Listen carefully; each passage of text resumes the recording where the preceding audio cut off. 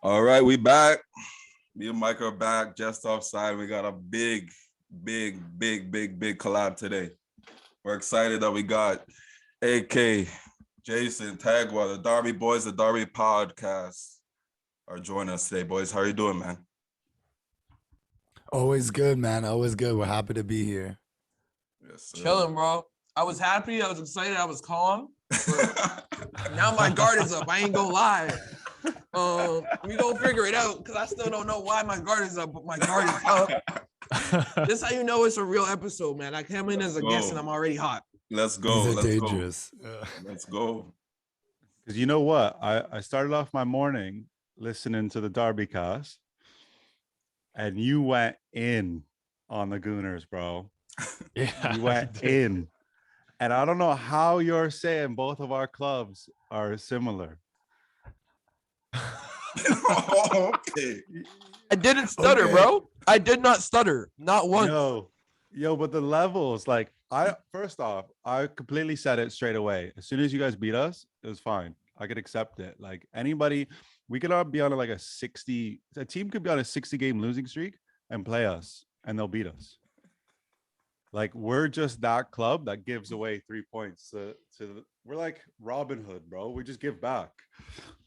All I hear is excuses, bro. Like, you haven't given me one reason on why you're not the same level as me. All I heard there was, I'm upset. I'm a gooner. Peppy for 80 million. Fuck out of here, bro. But I just want to say it was very hot takes, bro. I don't think we're the same levels. I haven't heard a reason why though. Bro, look at the standings. Just do that. Take a look at that 8-point gap. He's still waiting for DCL to get heated up, bro. This guy hasn't done anything all season, but he's waiting for it. Bro, I see he was DCL playing with a walking broken around. left toe and scoring like easy. So Yeah. Don't worry. He's going to the Gooners. I send him a daily. you can text. die slow. I have been dedicating myself to remember this, and I've been sending him a daily text. I'll read it out so I just get it word for word. It is DCL to Arsenal, daily reminder, middle finger emoji. I send to him every day because he pissed me off on the last recording, so now I'm going in on him. Bro, I seen him walking around probably 6 weeks ago, maybe. He was rehabbing around in central London and just walking around. Guy loves the city too much, man. He's leaving. Yep. Next. I'm out here like that's just y'all are going too personal for no reason now. I don't know why he would go to Arsenal. Like I said, we are the same. We are both mid-table clubs, both not in Europa. No, are you in Europa right now? Are you in Champions League right now? Are you in Conference League right now? What is Conference League? Okay, so you're not in that either, but you're in the Premier League. One game a week club. Hey, that's all I'm saying. I'm just saying, like, right now, I understand your Invincibles. That was cool. Like, I was learning how to read that. I don't give a damn. But that don't matter to me, Invincibles. I'm talking about right now, brother. And right now, as it stands, when people see the Arsenal is playing their team, nobody is scared. Just like when they see Everton, nobody is scared. We are the same, bro. Facts. That is true. I would, yeah. Ooh, let's go. Yeah, that's probably the best thing he's ever said. Yeah. I can back that. That's the most reasonable thing so far. He said the most reasonable thing. Yeah, Keith gave him time, bro. Keith gave him time before we started recording. He got that locked in. He didn't know what you were coming at him for. Bro, I'm always on smoke. You know what? He deserves it too because he came at Jisoo last time like super hot, but he just baited it too. So that's good. He got a little. Like if you come for the king, I'm used. My weapons are always ready. Keith, I appreciate the warning as per usual. You just can't miss. Yeah, fair. But I gotta tell you, since being over here and since living here, Blues are like my second, third team. So y'all hear that? Y'all hear that? It's only because of my flatmate. It's only Hey, because of that. hey, no, we're a great club, you know, because it's all equal. You there's a spend lot more of time Everton being fans, angry. yeah. You spend more time being angry than anything else, you know. So it's just like whatever. You know, your team's not gonna go to Champions League. Like you're just hoping you might get a Europa and then drop out last minute. You know, that's normal for me. I'm happy with that. Okay, let's move past that. I think we're off that note. But, we'll maybe touch back on that later on in the app. But we obviously wanted to start with your guys' like backgrounds and just kind of like each one of you maybe just take a turn and just like tell us about you, like where you grew up, the come up, backgrounds of like family, whatever, and maybe just talk about that. Yeah, and how you guys kind of got the love for the game too, footy. Obviously, we're all footy fans on here, so that too. Well, this guy looks like, you know, I'll jump in first. I'm originally from Saga. Grew up there. Moved around a bunch of like different areas, grew up in the neighborhoods and stuff. Eventually moved out to Toronto and all that stuff. But pretty much, man, love of footy. It had to have been like, I remember I was super young watching the 2002 World Cup, having no idea like really what was going on. But like all my dad and my like uncles, they were all just surrounding around the TV. Yeah. And I just watched Ronaldo, you know, just put in the work. And I'm like, remember that. I'm like, yo, what? I'm like, this is what I've been doing on the field could actually be. Because obviously you play as a kid. Yeah. So when I saw professionally, I was like, oh, this is like a real thing. Yeah. So that's probably that kickstarted everything for me. In the background, man, so I'm Guyanese and I'm from a tribe in Ethiopia called Oromo. So I'm like from Oromia.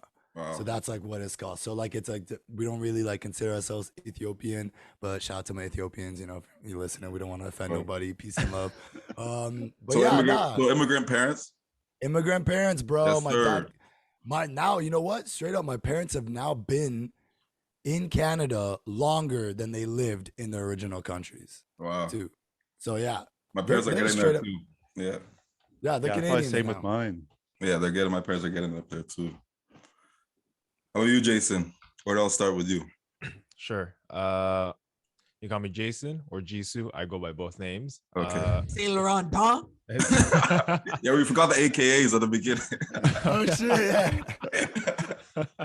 Yeah. I'm born and raised in Montreal. My entire life has been in Montreal. So when you grow up in the city, especially being in French Canada, like when you watch international football, it's usually like France or sometimes Germany. Especially in Montreal, it was Italy. When I was growing up, everyone's like mad on Italy. Everyone was a big Italian supporters, all the Italian guys and also the Portuguese guys. You know, I grew up with those kind of people. And same with AK. 2002 started for me. Like I remember 98 because that's when France won, and then the city kind of sort of like no one was really watching soccer back then, but it was people took notice because France won the first World Cup, and being a French city, they were like, okay, cool. And I remember 2002. My parents are immigrant parents as well, and I remember every time Korea scored because it was in Korea, Japan. Korea made it to the semifinal. I was like, oh, we're good at soccer. And then a few years later, I realized we're not that great. but I mean, we're good now. Within Asia, we're killer. But like internationally, we can still work. And I remember just watching my dad jump for joy and like being real happy. And knowing where he came from, you know, he was 6 years old during the Korean War. His family survived Japanese colonization. He fought in Vietnam when he was 23. Jesus. So like this man has like trauma. Yeah. So to see him jump like that, I was like, I want to do the same for him playing soccer. And then I was like, I remember telling him, I was like, I want to be a pro player. And he was like, nah, man, you're going to be a doctor or a lawyer. That's immigrant, straight immigrant. That's immigrant mentality. So I was like, all right, cool. But yeah, that's how I fell in love. And like, and then at some point I hated it because like it was like a chore and there was no love into it.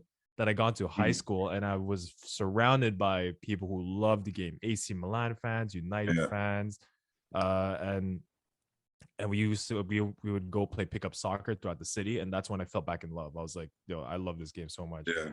And because I was with people who loved it, it wasn't really about winning. It was just about loving it, and you know that's how it started for me. Bro, Very dope. Tagwa. Yeah. No, me, unlike the other guys, and probably y'all, for me, I was a hooper first. Like ball was my Bro, first. that was me too, though. I had hoop dreams until I stopped growing. Yeah, bro. See, I was blind, bro. I was like 5'5", and I was 4'11" in grade 9, and I still had hoop dreams. But I wasn't that late. I think it was like, for me, it was really 2010 World Cup for real. That I was like, yo, this is fire, because it was in South Africa. Yeah, bro. And I'm Zimbabwean, so like all the like the vuvuzelas and like the cultural shit that like people were seeing for the first time and being like, oh, this is actually kind of cool. And like for me, I'm like, I grew up with like with seeing that stuff and like the vuvuzelas and the culture, and like it was a really like a proud moment for me. So that was like really it. Like when I was younger, I like would dabble and like I like Cristiano Ronaldo, like maybe first be like, oh, this is fire. Like I always played soccer growing up. My dad played soccer. My uncle, my dad's brother, was a pro goalkeeper. So like I was always playing soccer, but it wasn't until probably like 2010 where I really was like, oh snap, like let me wake up for these games. Let me watch these games. And stuff like that. So I was a bit of a late bloomer, product of my environment, I guess. But yeah, and what got me into footy, I guess, was just my parents, my dad mainly. It was the only sport. It was the first sport I played. So that was that for me. That's how I got into it. Oh, that's sick. That's sick too, because me and Mike were talking earlier today about it. Just we guessed, and we were right that we thought we were probably all immigrant kids. For parents like that. So it's pretty cool to see how the game kind of started for you, with a lot of your parents being part of that reason too, which is kind of sick. Bro. That's dope. What about you guys, man? How'd you guys get into it? Mike, you want to go first? Yeah. So like, my parents are both from Croatia, so when the 98 World Cup was happening, I was 5 years old, and like we made an incredible run, and obviously we came third, but Davor Šuker was like our striker, and like we were like always on the phone back home, and it was just nonstop, like it was nuts. And back then my like cousin was playing in the CSL for like St. Catharines, like Club Roma, so he was living with us. My parents are like unathletic, like they didn't do anything. And he was living with us till I was probably like 7 years old, playing for them. And me and him just like played every single day. And he got me into it. And I was like, yeah, okay, this is dope. And then that World Cup obviously helped. And then like even thinking when you were saying like that 2002 World Cup, I remember waking up like mad early. watching Croatia versus Italy. And like Ivica Olic scored a goal and like had trouble. Like he ripped his jersey off but couldn't put the shit back on. Like that's like a vivid memory from like that time. So yeah, that was the year 98 probably. And then my cousin, I got shout out to him for getting me into it. Yeah, for me it's probably like same around the same time, probably 98, 99, 2000, because my dad would tape all the on cassette, like tape all the games. So I'd rewatch them over, like from the 98, I'd rewatch them all the time. I started falling in love with the game. And that was like and I was like, man, I want to be like, this is it. I want to be a soccer player. Like seeing these guys in the World Cup and all this stuff, seeing Ronaldo, like Ronaldo was one for me, big, like Brazilian Ronaldo was like the guy for me. So yeah, that's where it started for me. And then obviously, luckily I got to play and have a little short career with TFC, but man, no, I just loved it. Just always loved the game. Just been a competitive guy, and it's but no, World Cups. Those World Cups, bro, are just different. The jerseys, like the fans, seeing France, Zizou, seeing all those guys is when it started for me, bro. It's amazing. It really does make the difference, right? Like, and when a country doesn't make, the big deal, like when the U.S. didn't make the World Cup, that was a massive deal. Yeah. Because then the country would be impacted. And then I just think if Canada makes it just one in this era, wow. Bro, so yeah. Not if, bro, when. When. Yeah. Sorry. It's going to happen. Let's keep it positive. Next year. Straight up. So where'd you guys all meet? How did you guys all meet? Pick up soccer. Really? See? For real. Pick up soccer, everybody together. So where? And a backwood too. Yeah, no, it was that. Where? In Toronto? Yeah, Beaconsfield? Shout out to Yeah. Beaconsfield. Yeah. So our homie Q, actually, he put he put me on to Beaconsfield. So I started going, and then this little man's, not this little man's, but this man's pulled up. I don't know why I said that. I was gonna say this little bitch. Wow. I was gonna say Trying to this little comfort me bitch. or something. Nah, I was always gonna got say this ammo. little bitch, I always but then got I was like, ammo. I tried to censor myself, but then it just came out completely wrong. But I would have rather the little bitch than just the little. yeah, no, I don't know why I stopped myself. But anyways, Wow. yeah, AK just pulled up one time, and then like we discovered from that, like afterwards, we were just chilling, me, him, and Q, and like we discovered we lived like 2 blocks away from each other. Wow. But then this guy decided to move to Windsor, and cut our bromance short. Within what, like 2 months of meeting each other, Yeah. I moved out of the city. Yeah. Okay. Why Windsor? Yo, straight up, I was just like, okay, so I was living in Toronto for like a long time, and then because I'm older than this guy too, so I was just like, yeah, I just want to switch it completely up and just like go do something different. So I was doing photography full time, but my girl's originally from Windsor. I was just like, fuck it. I'm like, I'm gonna go to finish school, and I'm just like, I'm gonna go out there, finish school, and I'm just like out here. I'm on my 3rd year of like advertising, just kind of like doing something new. I just wanted to like change things up. Okay, sick. Yeah. So you touched And I on bought a it. crib, so that's not bad. And Jason, you met them there too? No. Yes. No, I just emailed them. Like basically, a friend of mine who I think knew AK or like through DMs on Instagram or something like that. Because a buddy of mine who's also was a full-time photographer, he'd take like he shoot at like concerts at Oshiaga or whatever.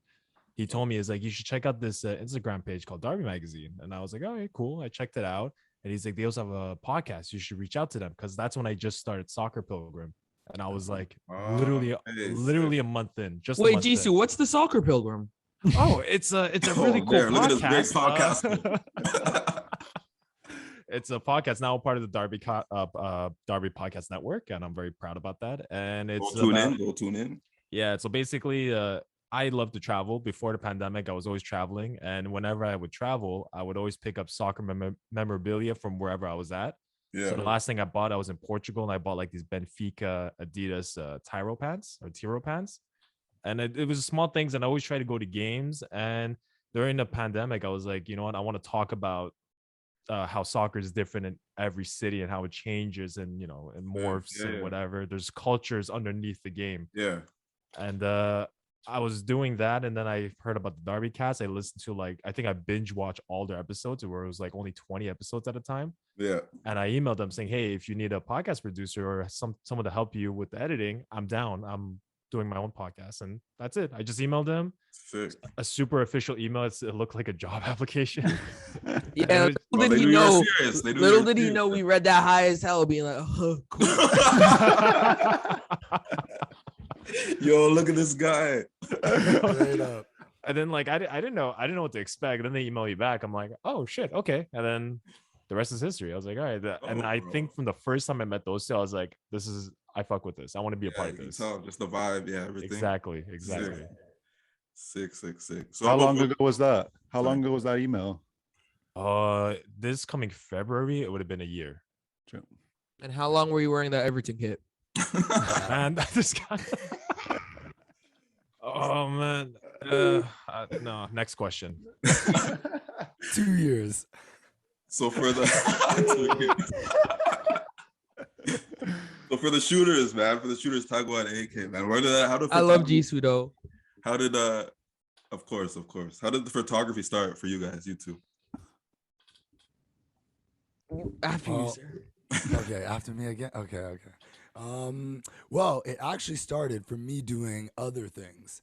So I just like one of my best friends, he just kind of was like, yo, dude, let's just start a clothing company. I'm like, yeah, I'm not doing anything. Fuck it, let's do that. So we just started doing that, and we started making clothing. We were promoting it, this and that. And then, Christmas is rolling through, and then my parents were just like, yo, let's we'll gift you a little basic camera, and then you can obviously take your photo, product shots, everything. So I started doing that.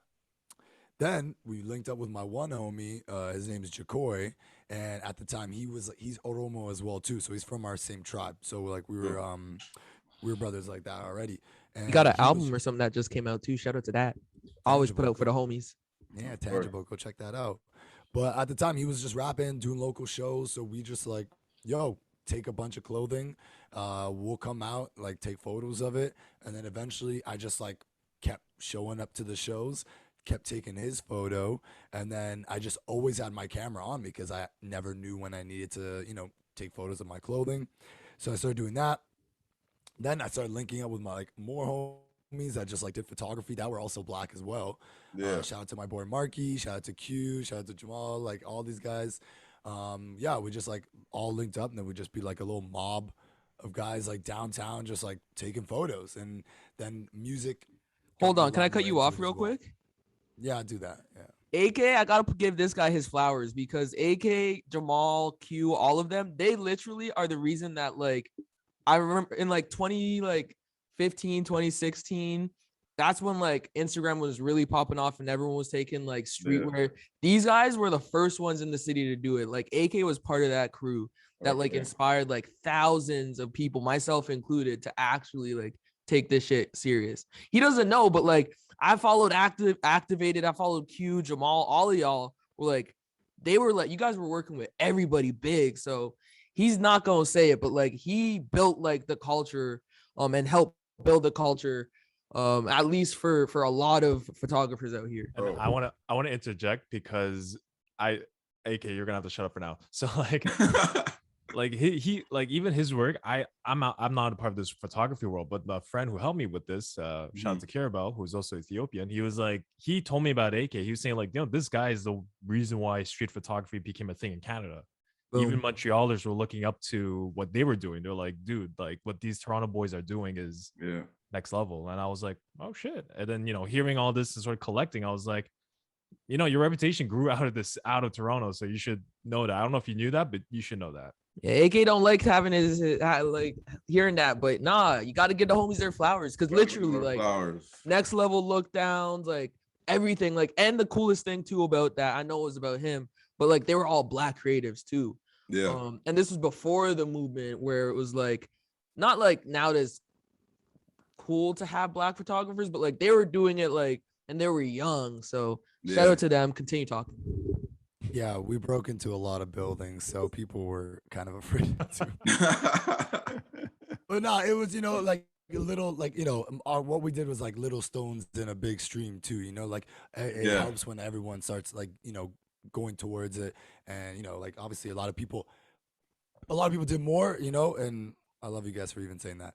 But yeah, no, that was it. Like that was really just like, it was just mobbing out with the homies. That's pretty much how photography started with me. And then music, my boy eventually then got signed to like Def Jam. So for like 4 years we were just like touring around the world. So that was real fun. Yeah, and then I've got to do a lot of cool things with photography, like work with like brands like Nike, Mac, Sick. So it's how did it just before we go to Tagwa, how did it transfer over to soccer, to sports? Yo, I literally took my shot. I shot my shot in Tagwa's DMs, bro. So when we met each other, okay, true. Yeah. So at the time, I wasn't shooting footy at all because I didn't even think I had access. So this is recent for you. Last couple years. Yeah, no. Yeah. He's been doing it a lot longer to me. Like for that, like I look up to him for football photography. He is the one that is leading it now. He is the one that is making this shit cool, not this like cookie cutter, like old school, just boring ass action shot photography in football. I'll say, okay. He's brought like storytelling to it. So I literally just like after I met him, I'm like, bro, if you ever need someone to like fill in, if you can't make a game, I'd love to just take the chance at shooting. And he's just like, bet, in 2 weeks I need you. And I'm like, all right. And that's how pretty much all this started. That's so dope. Gang. See, we argue, but it's all love at the end of the day. Little circle jerk. That's why we had to have you guys on to bring out the love. On God. Sometimes for the people. Of course, man. So talk about you, bro. I kind of similar with AK. My parents got me a camera in grade 11 because I had a co-op and was it grade 11 or 12? I had a co-op basically, and like in school I was like not good at anything aside from gym class and like sports, and I wasn't good enough to be a pro in any of those sports, so it wasn't good for me.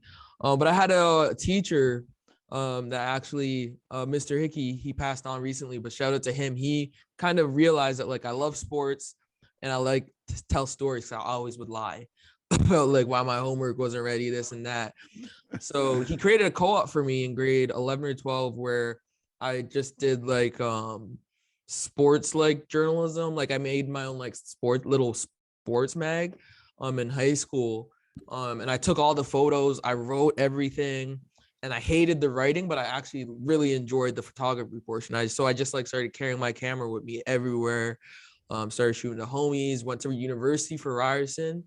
And like I was saying, and that point, that's when like AK was shooting and like being big on like the scene of like going around, running around the city, taking photos, like getting into buildings. And I was like, yo, that's cool.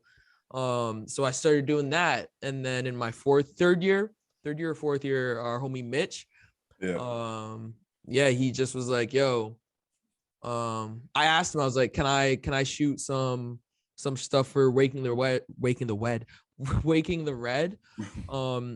It's a soccer blog, and I was like, no, yeah, can I just shoot those games for you? And got that opportunity, and I've been shooting sports ever since. I was shooting like my university sports, but no one cares about that stuff. So no, that's when was your first what was your first professional game that you shot? My first professional game, let me see. It was in 2016 or 2017. The good years. It's weird. I know so many people, they're like, yo, I remember my first game. It was this date, this like this. Not too many. I genuinely, I'm trying to scroll on. It was sometime in 2017 or 2016. Okay. Like I started shooting like right at the perfect time too, when like TFC was becoming like, oh, people were like, oh snap, like 2016 they almost made it. 2017 we won it all. Like I was able to shoot the dynasty, so that kind of was cool. And that's how I got into it. He was there for everything. He was there for the whole wave. Yeah, at the right moment, he's always been there for Canadian. Because like Ash put me on, like I'm like, yo, who's taking these pics? I was talking to Ash this years ago, and he told me about you. I was like, okay. So I started kind of following and seeing what going on, and then boom, I just hear about this Darby stuff like a couple years after. It's like, oh, okay, this was. So then I was like, yeah, that's cool. Cool to see the growth. More circle jerk. Also, shout out to Ash because he was the first like pro baller on TFC that like actually would like pregame who come and talk to me. And that helped a lot because then other players would see, Ash is talking to this guy. Yeah, and Ash is the guy. That's Toronto. Honestly. Yeah. And so like then Oso started and like because at first people would like take photos and like they'd be like, oh, sick pics, can I have the photos? But then after like once Ash started like actually like talking to me and people saw, now people would be like tagging me, guys would like be saying what's up and everything. And it's so shout out to him because I don't think Darby would have been nearly as what it was without that too. So dope. Yeah, no, it's sick. Sick to see. I know, right? It's crazy, man, how it all worked out and stuff. But like, so he's a gooner, so we can't let him. I can't be too nice, so I know he gonna be listening, so I don't want him. Gotta save face. Of course. We got to hear about how everything came together with Darby Mag. Your guys' kind of thoughts and things of that. Well, obviously too the podcast as well too. But let's hear about like this Darby Mag fam and everything, and how that all came together. So Darby came out literally me being in fourth year like university, like second semester. I was in a terrible internship with TSN. It was terrible. Like it was such a bad experience.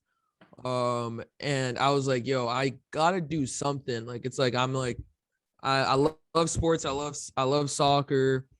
Um, and I was like working at the time with like Soccer Bible, Copa 90, like doing freelance stuff there, here and there. But like they wouldn't care about Canadian footballing stories unless it was Alfonso Davies, MLS Cup, or that's really it. So I was like, there's so much out here and so many stories to be told. So I was like I linked up with, I think I told Mitch like in fourth year, Mitch Tierney. Also I like, again, the Darby wouldn't be here without him because he got me my first shout. Like literally he put me into the game. I told him, I was like, I'm thinking about opening up. Darby was actually supposed to be a store before it was a magazine. Is that a store? Yeah, and then I realized how expensive it was to rent out like Man, the store's coming. The store's coming. Yeah, In no, Toronto. that's In in Toronto. that 2020, 2026. Well, you'll see us. But no, so that's kind of how it started. And also another one was just because like there's such a lack of like diversity within the community of it. Bro. Like everybody is white in the industry. Everyone. Nothing against white people, but like that's not how there's only a small sample size. So that's what I'm happy about now. Like the team, like you got me, you got AK, you got Jisoo, we got Ketsia, we got like and then we got two white guys, but like we're still like, for us, it's always diversity is like the biggest thing.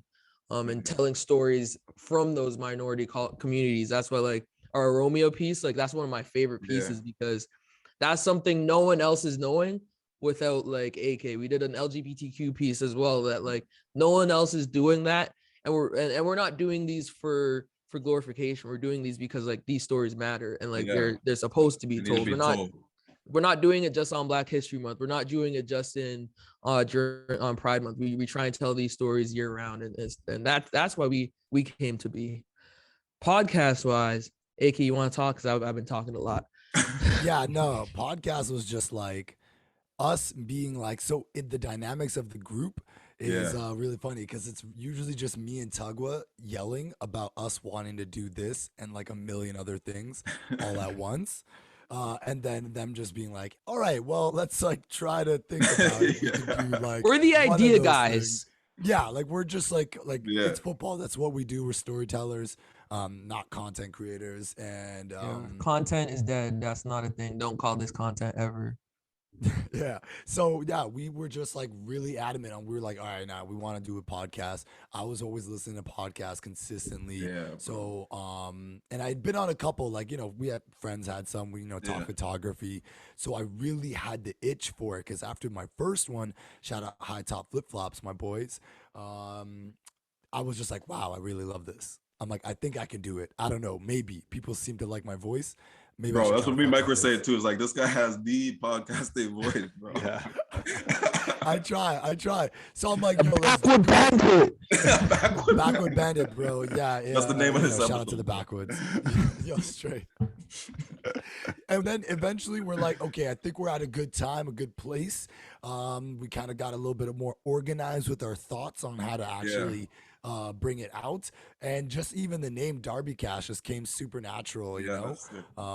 And we were just like, perfect, all right, bet, let's go with it. And it was really just like a learning curve for us, you know, and we were able to secure some really wonderful guests from the jump, so that really got us on the map. Too, 100%, man. Yeah, so that really shout out to all the OG guests. Yeah, of course, it was great. And Jason, how about for you? Jisoo. I mean, I joined in like I think 22 episodes in, and like I was listening to it, and I loved what I was listening. And from my perspective, was I want to learn about the structure. How's this done behind the scenes?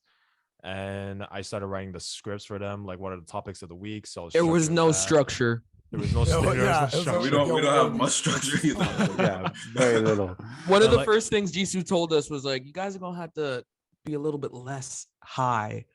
I was like, he's like, just a tad. Just a tad. I was like, enough to be creative and just to be fearless and speak your truth or speak your shit. But at the same time, I was like, you can't, don't be sloppy. Like, you know what I mean? Yeah. There are episodes where I'm like, we're a little sloppy here and there. And I started writing a script, and then I told them, take a look, put in what you think are better stories to talk about this week, what are things we should keep in or keep out, and that's it. And basically, like, I always saw myself as a supporting cast of the Darby cast, because the show is really AK and Tagwa, but I know they are trying to include me more as like nah, it's us three, party. brother. I appreciate it, but like, you know, but in the back of my head, I always made it. The reason why I love the show is because the banter between those two is hilarious, and that's why I love the show. I know you need that chemistry. You just notice that chemistry like right away. That's it, you know. And luckily for me, us three have the right chemistry, and we just hit it off. And we're all like true footy fans. We love the game. We love talking about it. We love bantering. You know, they always bust my chops about the Everton jersey. I don't care. I still find it hilarious that they bust me about that. You know, like I'm a Liverpool fan, but like it really doesn't bother me that, you know, they come at me with the Everton stuff, because to me it's funny. You know, even my friends in Montreal, they're like, dude, that's funny. How can you let him get at you like that? I'm like, well, I mean, he caught me. There's nothing I can say about it. That's like if I catch Tagwa walking down King Street with a Montreal jersey, bro. That will never happen, man. Tic tac tabernacle. Lo lo lo lo lo lo lo Montreal. Lo forever in our shadows. Jason, finish it. No. Montreal. Like, I remember he asked a question. He was like, we had a bet, right, for the Canadian Cup final, and he was like, you know, if Montreal loses, you have to wear a TFC jersey. I was like, bro, I wouldn't even wear a red Canada jersey, because it just reminds you of Toronto. Like, you know what I mean? It's like, but it's moments like that I love the show about. It's like, you know, this is what it's supposed to be, and I'm like, let's keep pushing towards that direction, you know. So it's you know, it's been fun for me. It's been a learning curve as well, but it's been fun. It's been a lot of fun. Wait, but maybe you can talk about a little bit more about how you started Soccer Pilgrim. Yeah, that's a new Darbycast. That's a new Darby network. That's just with you? Yeah, it's just with me. I mean, my friend Kiribel, he helped me start it up, like with the technical stuff, with the sound and the editing or whatever. And he gave me the idea, because before I had my own podcast called J Kim's Topic, and it was just like random topics here and there. And a lot of my friends were like, you know, you talk a lot, so you should start a podcast. I think it was their way of saying, you know, shut the fuck up. But I was like, you know, fine, I'll talk about it. And then I always loved talking about soccer. And they were like, dude, like, we learned so much about soccer through you. Because a lot of my friends, I mean, one half of my friends don't watch the game at all. They'll watch the World Cup, they'll watch the Euros, maybe a Champions League final with me. But they're like, the reason why we watch it is because we like hearing you talk about it. I was like, maybe I'll do that. And I have a background. I have a master's in religion and cultures. So that's like, I have an academic paper that's about to get published soon. So I'm a stronger, So I like to write. I like to research. I like to find these connections. Yeah. And I thought the way I look at soccer is the same way I look at religion. It's the same thing to me. It was exported the same way. All these stadiums in England are in the middle of neighborhoods, just like churches. The way people go every weekend, the devotion that these people have to clubs. I'm like, dude, it is, man. Yeah. Like it's a cliche to say football is a religion, but at the same time, I was like, but no one's really breaking it down, and that's what I kind of want to do with the aspect of travel. I was like, I want to go see, I want to go watch a Boca Juniors game at Boca. You know, I want to go to Besiktas and see what that's like, and then play against Fenerbahce. What does that mean? You know, like European versus the European Turkey versus the Asian Turkey. You know, like, and all these things. And I always found that super fascinating, and that's how I kind of came up with Soccer Pilgrim. Because when I traveled, I saw myself as a pilgrim. You know, you go to these sites, you go to these sacred temples and whatever as a pilgrim. And to me, that's what football is to me. It's like, you know, you go visit. That's it. Yeah. Like, listening. Well, I want to say too, because like this was like really why I wanted Jisoo on the podcast. Like, so Tagwa obviously was just like, yo, this guy emailed us. He said, here's a link to his podcast. He has one too. I'm like, bet, I'll listen to it. So listen to it. Oh man, yo. We found out also that because me and Jisoo are the same age, we were at the same like World Cup games in Toronto, the under 21 games. Yeah. So we were there at the same time watching that, and the way that like he was able to describe the emotions, the feelings, like the atmosphere. I was like, wow, like that's like literally what was like what I thought, but I just, couldn't articulate it like that way. And it was kind of like really nice to reminisce. And I'm just like, bet, like, yeah, let's have this guy on. So, and I've been listening to the episodes now, and wonderful. Like, there's amazing. You guys have to check Yeah, it out. I've caught a couple of them. I'm definitely gonna start listening. Thank you. I mean, I remember Michael sent me a DM. He was like, I listened to your episode and I went to go walk at Highbury, and I'm like, this is what I want Yeah. people to do. I'm like, this is awesome. So I really appreciate that. Oh, Mikey. And, Oh, yeah. Okay, true. Yeah. I was also picking up edibles, but yeah, I went.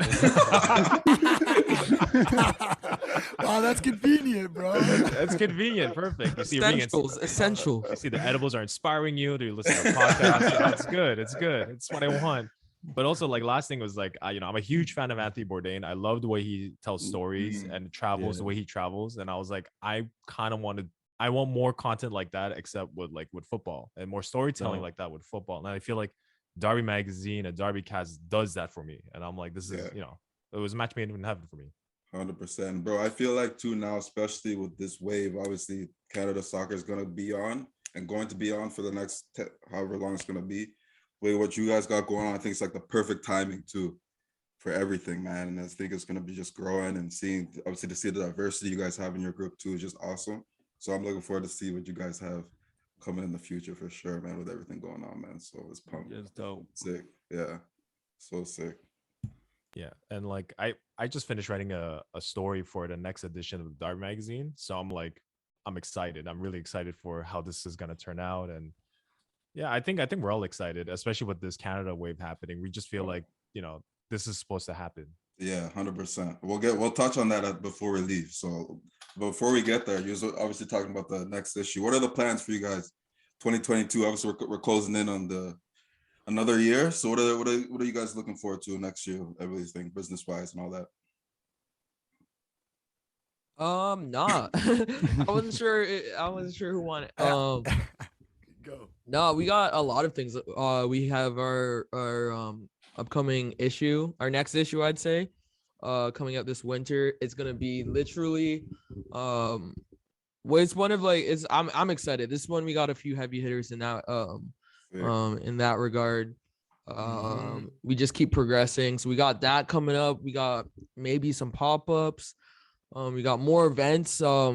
Hopefully COVID stays to, I know, man. Like, not COVID stays, hopefully COVID calms down and doesn't go any crazier. So we can keep hosting that, because we were able to host the launch event, and it was unbelievable. So, and that was in Montreal? No, we did that here. Oh, when? This summer. We did it in August. Okay, sick. Mm-hmm. We did it in August. Don't worry, there's gonna be a next one. There's gonna be a next one. I'll be there. A lot more events this summer. Yeah, so that's kind of what we want to do. Just keep doing this magazine. We got a doc coming out actually, that we're working on. That'll come out in the new year. Yeah, we just want to keep bringing the community together, keep doing this magazine stuff, and yeah, keep just linking with people. Yeah, no, it's dope. It's dope, man. It's sick. So yeah, both me and Mike have them. Go get them. Darby Mag. I just so happen to have the OG. Get it. Oh, you got the first one. Yeah. So go get it. Go support the guys, man. Dope stuff going on. But yeah, we just touched on Canada soccer, man. We gotta all talk about this wave we're on, man. How we feeling? What are we thinking going into the new year? Obviously, we got to touch too on CPL, which I think is great for Canada's soccer development for young kids here too. It's gonna be awesome. But yeah, first let's talk national team, man.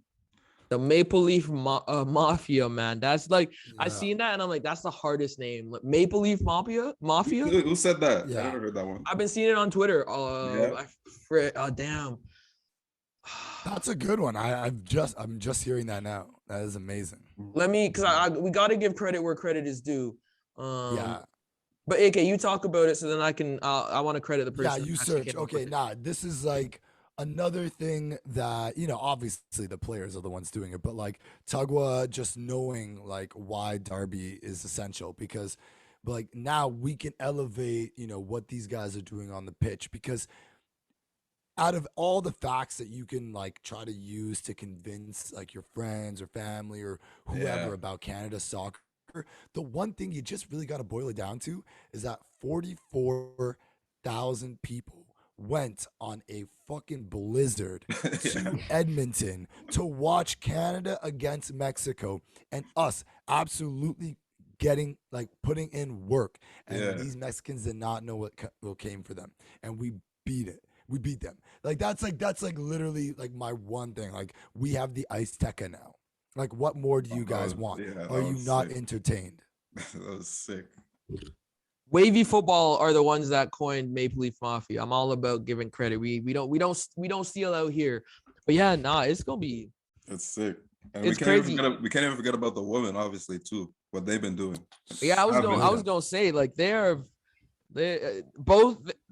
Though I forget who I was talking to, but I was like, the crazy thing is both teams haven't even reached their peak yet. I feel No, like they haven't. Not even close, bro. No. Like, Like, we look at our team, like the men's team, even the women's team, the amount of talent, the young ladies they have on that team. I look at our team, the young like the 20, 21-year-olds we have that have not 15 plus years of football to play, man. It's crazy, man. yeah, like the women, like Jessie Fleming is taking over Bro, she's a for baller, Chelsea. man. You got Baller. Julia Grosso just Baller. signing for Juve. Yeah. Janine Deanna Becky. Rose. Yeah, Deanna Yeah. Rose just getting that game winner against Chelsea too. Yeah. Amazing. Yeah, no, so it's the women's team are like I feel like even we need to do a little bit of a better job putting on for them, but like they are actually setting such a strong tone, winning gold this year. Like, and then Yeah, that's the thing that sucks too, because like you see them win gold. Every single one of their games should be on TSN, Sports Net. We have to go find them on, like, how? In any other country that's happening, Yeah. right? So No, like, it's so bad that they did that. And It's like bad. even just like the random games like with Mexico, like you couldn't find us like a venue in Canada where it could I be know, warmer. right? Like, Yeah. But it was also BC place so is right here, right? Is waiting. Like, That's it. And also Even so poorly, Montreal. yeah, it was so poorly advertised too for the women's game. And I'm like, Bad, yeah. I like legit learned about the game the day of. I'm like, how am I learning about this now? You know? And So yeah, No, but that- minus that, it's in a good place though. Like people. I feel like people starting to realize that Canada is like low key a soccer country. You know. Yeah, it is. Yeah. And like we have names to prove it. Like from top to bottom, men's and women. Like we have everything. So it's exciting. It's an exciting time. That's why we launched it too, with the hopes of kind of football popping off like this and being Yeah, able to so tell that's those just stories. Perfect now, yeah, exactly. yo, Drake invited the boys over, man. Soccer school again. Bro, that's it. We got. Yeah, Did you get the it's- Drake co-sign? Yo, Yo, it's sick. really, that's kind of like how Canada soccer is working right now, right? It's before, it's like if you wanted to pop in Toronto, you needed the cosign outside of Toronto. Yeah, And then that's how you get it. So it's kind of like the same thing with Canada football. Like, they want to see us associated with European football. And Mhm. then they're like, oh, okay, we'll embrace you. You're with the cool guys, So obviously with, Alfonso Davies killing it, everyone's going to hop on. Now Jonathan David as well. But like we still got like Heitzema. Now she's at PSG. We've Yeah. got Buchanan at Lyon. Like, they've been like, a lot of players have been there for a while, but yeah, bro. you just got to show people and they're just going to follow. That's it. That's it. And I saw you shot the final CPL final. How's that? Yo, cold, but not as cold as the ice deck, so I can't Not as cold. complain. Yeah, I Yeah, can't complain as that's much. right. Yeah, Tagwa went through that stuff, but this time I brought boots. This guy didn't have boots. Yeah, I heard So, about that I'll story, spoil bro. that. You're wild not going with boots to Edmonton, man. Yo, so what had happened was I just messed up. I was literally in the airport and I was like, yo, like I was past security. I was like, I left my boots. It was literally like curtains. And the first game was calm because it wasn't as cold. So I was like, oh, I can do this. Because the first game was like -5. So it was like, Yeah. oh, that's soft. That like if my feet can take -5, what's another 10 degrees like colder? Bro, like anyone's asked me how that game was, I did not have fun at all. I had fun in spurts, but like I was miserably cold. Like it was. That was cool. Though. Mm-mm. I'm glad I got to. Don't watch ever forget your boots Yeah. if you So go to what- Edmonton. What were It you doesn't matter if wearing? it's July. Bring your winter boots. He's got his J's on. Like, did you just have like Adidas like hard shell? Like, Yeah, shoes, bro. like- I just had like no, they were Gore-Tex. They were Gore-Tex, fam. Oh, okay. Come on. Okay. Out here making me sound like a basic footballer from a like Sunday league guy pulling up to the Ice Tekka. No, bro, Gore-Tex, Adidas. But yeah, no, it was mistakes were made, and that's just like we still got bangers, both. Oh, yeah. So that's all that matters. Gotta. That's sick. But yeah, no, it was. Enjoy it. I'd like to But see. CPL go is ahead. on a wave though. Have you Yeah, guys no, have you guys that's- picked your teams? I need to pick one. I still gotta pick I one. haven't picked one either. No, Yeah. I haven't picked one, but it'll definitely be one of the Toronto. Actually, you know what? Forge, bro. Oh yeah, it might be Forge. Keith, I think it's got to be Forge for us. Yeah. Closest. Because we grew up in Niagara, so that's closest for us. Oh snap! Oh yeah. So that would be it'd have to be Forge. You know, so Yep. Kyle Becks, Mo, all the man them.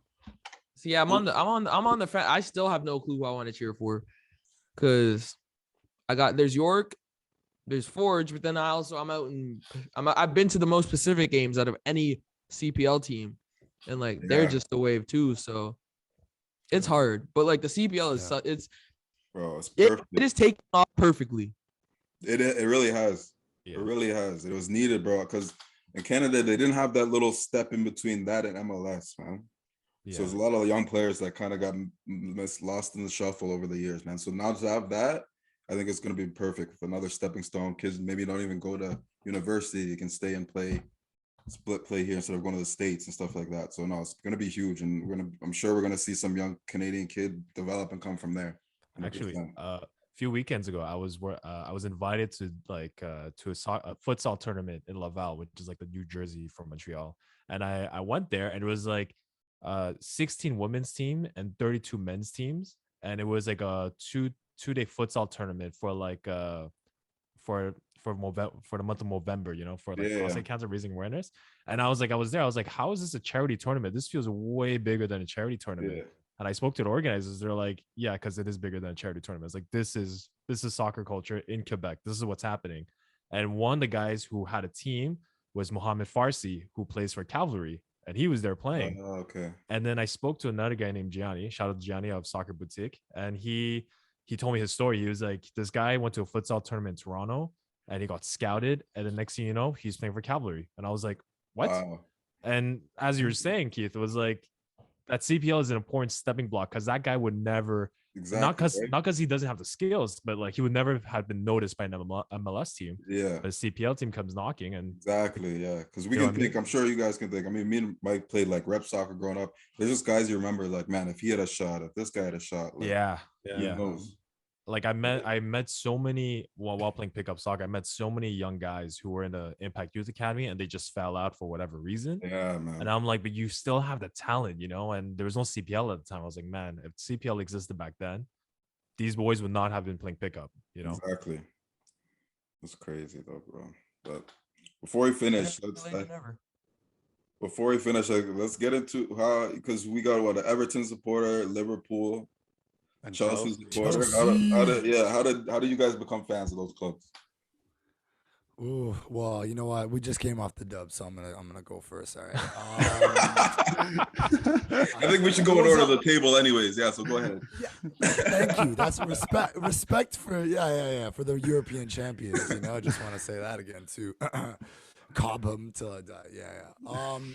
So straight up, it was Drogba, it was Terry, it was Yeah. Lamps, it was Czech, it was Sen, it was Makaleli. That squad, like those guys, really brought it home for me for the EPL. Because I was a fan of like Ricardo Kaká, actually. Bro, Like, that was when I was one of my watching- guys. Yeah. That My was favorite. like that was my main guy. So I was a Milan fan, but it was really because I was watching him play. Yeah. And then, obviously I grew to like that club as well. But I felt like, as a Canadian, I'm like, well, I was young. I was like, well, what's the point of like, I can like both teams, right? Yeah. So then I just saw Chelsea and I'm like, yo, these guys are sick. And there's a bunch of black guys on this squad. Like Maluda, Anelka, like all these guys are just out here, man. Like, I'm just like, yeah, I'm down with the squad. We're like winning trophies. And like I didn't even understand. I was like, oh, billionaire, this, whatever, whatever. I'm just like, these guys are just killing it on the field. I didn't know Yeah. the politics of Yeah. all the this- supporting the club, until I got older, I started realizing the business side of everything and Yeah. how that affects the culture and having an owner come in and everything like that. So I was really just watching football just to watch football and not really like, it didn't go further than that for me. So once Chelsea hit, that was like really like solidified me in like the footy Yeah. world as well too. So yeah, that's my squad, and been rocking with them ever since. And I miss Eden Hazard, and fuck Jisoo for ever saying that he might go to West Ham. He's going to West Ham, man. He's going to West Ham. It's happening. I saw those rumors, bro. No chance. I guess with me, So are you? yeah, I think it's similar to AK. Like, I grew up watching Real Madrid because it's just an easy club to watch, right? You got everyone's there. I remember in FIFA 2003, the average was like 90. Like it's just like it's like such an easy club to support. But FIFA, say that too, just quickly. FIFA's how I think a lot of people start becoming fans of teams and too. Like 100%. sure we've all been on it. Like 100%.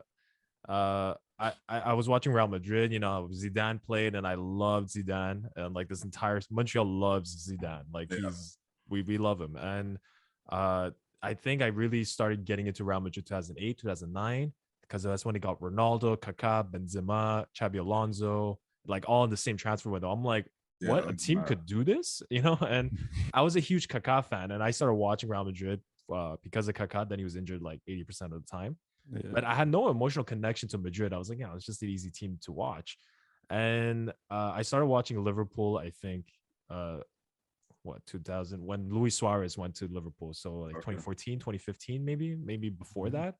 And I knew who Steven Gerrard was. I loved what he meant for that club. And I was like, okay, I kind of like, and I love the whole "You'll never walk alone" slogan. And they reminded me so much of the Montreal Canadiens, where people always talked about history, but they didn't win shit in the last like 10, 20 years. And the Montreal Canadiens are the same way in terms of hockey. Yeah. And just like the Montreal Canadiens, you go throughout Canada, you'll find a Canadiens fan, but you'll find twice the number of people who hate the Canadiens. And I'm like, that's just like Liverpool. I'm like, all right, I'm with Liverpool. I like this. And also I remember Luis Suarez because of the 2010 World Cup. He knocked out Korea. I like hate him. I was like, this guy is so good, but he's a son of a bitch. I was like, he's, you know what I mean? But like when you watch him play, you're like, damn, you're so good. Like you're kind of a shithead. You're really good, Some of those Liverpool seasons. Yeah, like Sturridge, Suarez, and Sterling. And I'm like, bro, like you have to watch that, And I got to play against them when they came. We played them at no shit. Rogers Center. Yeah, the year I was with 2 years. The second year we played them at Rogers Center. So Sterling was there. No way. Lampard. Keep got the smoke. Bro, I'll send you guys the video after, bro. You got me. You caught me. No. What position? What position do you play? I was a winger. I think I played wing back that game, but I was a winger. Yeah. So we got to play. Sterling was there. Lampard didn't play. It was summer, so Lampard and not Lampard, Gerrard. Gerrard, yeah. Sorry, Gerrard and same difference. Suarez didn't play. Oh, he didn't play? No, but I remember Skirtle's bald head in the back, bro. Yo, that guy must have been scary to go up, bro. That guy must have been massive, bro. That's like the kind of guy you see at a bar. You're like, avoid that guy at the bar. Don't fuck with that guy. But yeah, that's when I started watching Liverpool, and then when I heard Liverpool was gonna sign Klopp, I was like, okay, this is a good time to be a Liverpool fan. I just knew it was gonna be a match made in heaven, and I guess the rest is history. I loved everything about their culture, their philosophy, and who they are as a club. And I love how the rest of England hates them, and I just find that funny. So I was like, all right, I like this, Tagwa, how about you? Because I'm interested to hear talk, bro. Yo, I gotta hear this because I told my flatmate, I was like, this guy, he's a big blue, and he's like, no fucking way, like a Canadian is a blue. Like he needs to know this story. He wants. You gotta make that intro to me and the homie. Yo, he wants to. He's like, I need to have a conversation with this guy. Yeah, nah, but so I haven't been a football fan like as extensively like 2002. No, I don't remember any of that. But I remember like the first player I remember being like, oh snap, I'm a fan of this player, so I'm gonna be a fan of this team, was Cristiano Ronaldo when he was first at United. Yeah, that's what got me.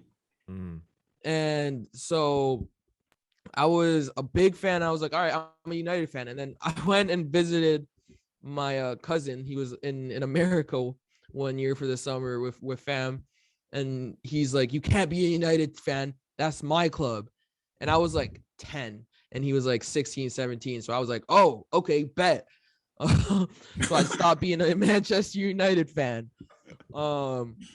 And yeah, and then so growing up, me and my dad have never we never cheered for like the same team unless it's like a Toronto team. So like if we're just randomly watching a random NBA game, like I'll pick this team. He'll pick one team, I'll pick the other, and that's just how it goes. Yeah. So I was like, that's the logic I went into picking my team that wasn't gonna be Manchester United. So as you can guess, my dad's a Liverpool fan. So Smart man. yeah. So me at like 10, 11 years old was like, all right, bet I'm an Everton fan then. And yeah, it was cool because then at the time, like moved on, Tim Howard was there. So I was like, oh, that's a Black American keeper. That's kind of cool. I remember I remember seeing him score the goal like that. I remember seeing the him when he scored the goal. Yeah, true. Wind, and I was like, oh snap, Everton is lit. And so yeah, that's just really how I became an Everton fan, just because I was bullied. He sold you a dream, bro. Yeah, no, I'm kind of like that's like the Arsenal fans too. Thierry did the same thing, bro.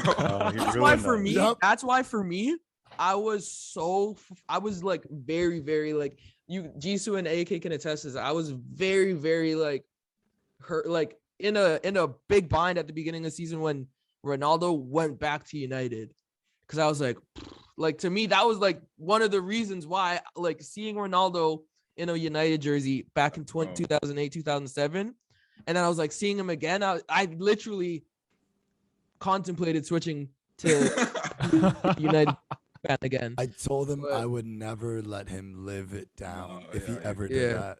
But like honestly, like I'm not gonna do it. But like that was my first club, so you can't say anything really. But yeah, I'm Everton until I die, and now it's fun being an Everton fan because like literally, like so many of the homies, I live in their head rent free. Have no business.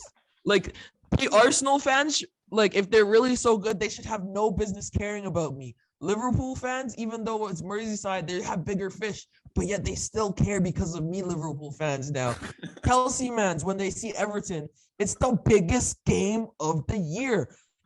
Anytime one of the homies team plays Everton now because of me, they're up for it. So that's why I love being an Everton fan too now, because literally it sucks. I gotta put you on salary, man. It sucks when we lose. It sucks when we lose because like I just have to mute my phone, do not disturb for the day, because it don't matter. Like today, I have no Crystal Palace fans, and yet literally everybody was messaging. Like when Everton loses, everyone messages me. Like, but when Chelsea loses, no one knows. But did you see Conor Gallagher's goal? The crazy thing was, I went to I went to the washroom, and all I heard was, "Oh my God, goal!" And I was like, I knew like before they even said who it was, I just heard like screaming. I'm like, "Oh, we down." And then 2 seconds later, the group chat, Gallagher. Bro, what a strike! But yeah, no, that's I'm an Everton fan. But Michael, you were at that game, right? Stuck by your club. Yeah, I saw that live. Oh nice my God, you did! You gotta describe that right now. Bro, it's just fucking Leighton Baines 2.0, same as Coleman, trying to just fuck around with the ball at the back. And this is the second game in 3. This is the second time in 3 games this has happened where Seamus Coleman has just like lost his head, and it's resulted in a goal. Yeah. Like, 60,000 though, 60,000. But yeah, no, he obviously fucked it up. Gallagher got it, took a touch and just hit it, and just obviously T-Rex arms couldn't get to it and just went in. But like how are the fans like? What was the stadium like? The vibe of it when he hit that in, like it must have been nuts, no? Well, you know what? Like being in the away end is a little bit different. Oh, you're in the away end. I'm trying to be like neutral as possible and like not care. But I was like chanting and going with the Everton fans just for the sake of it. But it's tough because as soon as like they score, you see everybody else just erupt, and everybody like you're with is just fucking fuming and pissed off and like yelling. So it's such a weird reaction because I tried to take in like how the home fans are celebrating, but then I'm just like looking at my mates like beside me and they're just distraught, and I'm like, oh fuck, like. You know what's funny? What were they saying about Seamus? How pissed were they? They were all just going at Rafa, and they were all just going at him. Because he took out Richarlison in like the 50. Yeah, no, that. Oh yeah, when he made that sub, people were going nuts. You're just walking off slowly. Made no sense. Rafa. Well, I didn't rate Rafa. I haven't rated Rafa since he was at Real Madrid, and my guy's Modric, and he told Modric that he couldn't play the ball with the outside of his foot. I was like, yo, this guy's done. Like, what are you talking about? And ever since that moment, I've lost all respect for Rafa. Rafa's a waste. He has an agenda. Double agent. He's a double agent. He has an agenda. Yeah. This man called us like a low league club like 10 years, like, and now he's our gaffer. Not a big club. Yeah. Not a big club.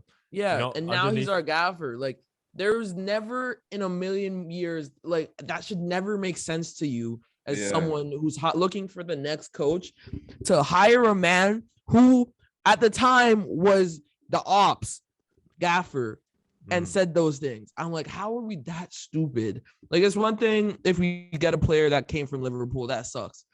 But like, he openly trashed us, man. Oh my God. You guys don't respect yourselves. No, but see, here's the thing. How many Everton fans are in this chat right now? One, but that's what we've been talking about the most because we all love Everton. Come on. No, you guys Everton. You guys are just the banter club, bro. You just want to talk about. Y'all just love talking about Everton, fam. It's okay, bro. Best neutral banter club we can just 100%. all bash on. It's like you can't bash Leicester. No, that's Arsenal. Yeah, these guys in their head this year are playing in Champions League. If you ask an Arsenal fan, they're like, "Oh yeah, we play in Champions League." Like when Champions League games happen, they're just that deluded. Bro, I'm going to a game Wednesday night, West Ham, 8:00 kickoff. I'm thinking it's Champions League. Under the lights, bro. I'm thinking it's a Champions League match. Like I told you, bro. Arsenal fans you guys are. I don't know what. Mike bought that new kit. Yeah, wow, already. Whoa. That's all you guys do. That's all you guys do. I know, you guys are a fashion brand, bro. Oh, like, easily. Yeah, definitely. More, yeah. Okay. Well, it's hard to banter when you agree with me, bro. Only reason I'm buying it. More gear. Only reason I bought it was not for like right now. It's for like 20, 30 years from now. Just have it. Just to like have it. Like I think I bought one like the last year. I've worn it like once. I don't wear the kits. Like when I go to the games, I don't wear the actual kit. I don't do any of that. But I was like, I just like Arsenal kit either. Yeah, I just like to keep it. Like I bought over here. There's like a classic football shirts, and they have like all the. Hey, shout out the classic football shirts. They're the homies. Yeah, and I got like a 08 Arsenal one. I got like a 06 like Croatia one from them, and I just try and like find the random gems. But it's so fucking difficult getting those old kits, especially like the 96 away, 94 away. So like when they do these releases, I was like, well, this one was like 93, 94, born in 93. I was like, you know what? I like the yellow.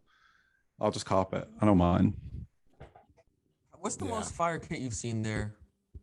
Most fire kit I've seen. Their website is crazy. Yo, it is nuts. Well, I used to go on it. So like my first year over here, every single Monday on my commute, I used to go on the website and just like check to see what was new and just try and cop. And then I was like, yo, this is going to be such a bad habit because I'm just going to be spending so much money. But I was always looking for like, I was always trying to find like an old PSG one, an old AC Milan one, old Bayern, like those kind of ones. And then I was like, yeah, this is just unhealthy because like the good ones are like 150 pounds, like 200 pounds. Those and just like, AC Milan ones, I've wanted the AC Milan, the long sleeve. Oh my God. Bro. Like, yo, to get a long sleeve AC Milan, like anything in the 90s, that shit is crazy. Or like the old school Parma jerseys. Oh my God. Yeah, because I want the United, the sharp one with the collar. But those are like, I look like, 200. Yeah, no, what I made the mistake. I bought two kits. I bought a 95 Everton kit from there, and I bought a 92 Put this one as the video that you use. Thumbnail. Yeah. But I didn't that the pricing wasn't in Canadian dollars. So I bought like a 92 Everton and a 95 Ajax, like on the rocks. Both of them were like $600. total pricing, and it was 600 pounds or whatever it is, and I didn't realize until I checked my bank statement. I just got a new job. And I was like, I'm gonna gift myself, So I was like, I'm gonna go crazy, which was but I didn't realize that it was 600 pounds. Oh, that's steep. That's like $1,000. Yeah. Yeah, he never told us that when he copped those jerseys. No, he just said. I told you. I know. I told you that like a few months later, though. No, you didn't tell me about that the conversion, fam. You just told me you just cop some like old school jerseys, decently priced, obviously a little bit more. No. I told you because y'all clowned me in the group chat. Y'all clowned me in the group chat. Show me that, bro. I'm blanking on that shit. That group chat's too deep. But pause. That's funny. That's fun. But honestly, thank you guys. Thank you for joining. Mike, do you have anything else before we go? No, I think that's it, man. Yeah, that was good, bro. That was good. We're glad you guys came. I'm sure we'll have this little collab mashup down the line as the leagues go on, as Canada soccer continues in the new year. We can talk some more shit, I'm sure. So thank you guys for coming. And thank you. Enjoy the holidays, enjoy the breaks, new year. Stay safe, stay healthy. And that's it. Yeah, respects for coming on, guys. Thanks for having us. We got to have you guys on the Darbycast next now. Oh, yeah, we'll be on there. We'll love that. Figure out a time for sure. So, but yeah, all right. That's another episode, Just Offside podcast with myself, Keith and Kubia. And me, Mike Pavella. And the Darby boys. We out. Peace. We're